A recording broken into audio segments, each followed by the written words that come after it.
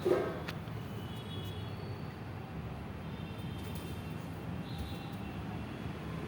లేకపోతే భార్య ఉండగలదమ్మా, భార్య ఉండగలదు. అదే భార్య లేకపోతే భర్త ఉండలేడు.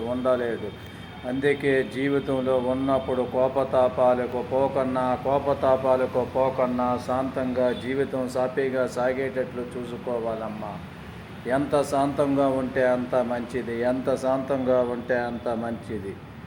జీవితంలో లేకపోతే కోపం, ఆ ఇగో పక్కన పెడితే జీవితాంతం ఎంతో ఆనందంగా గడపడానికి అవకాశం ఉంటుందమ్మా. అంతే, తాపాలు పక్కన పెట్టాలి. కోపతాపాలు పక్కన పెట్టి ఆ ఇగోని పక్కన పెడితే మనం జీవితాంతం సుఖంగా ఉండొచ్చు అమ్మా. జీవితాంతం సుఖంగా ఉండొచ్చు. ఆ ఇగోని పక్కన పెట్టు.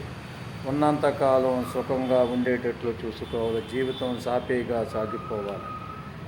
దైవభక్తితో ఉండాలి. ప్రతి ఒక్కరిని మోసం చేయకన్నా మన కష్టార్జితంతో సంపాదించిందే నిలబడతాదమ్మా. గమనించాలి.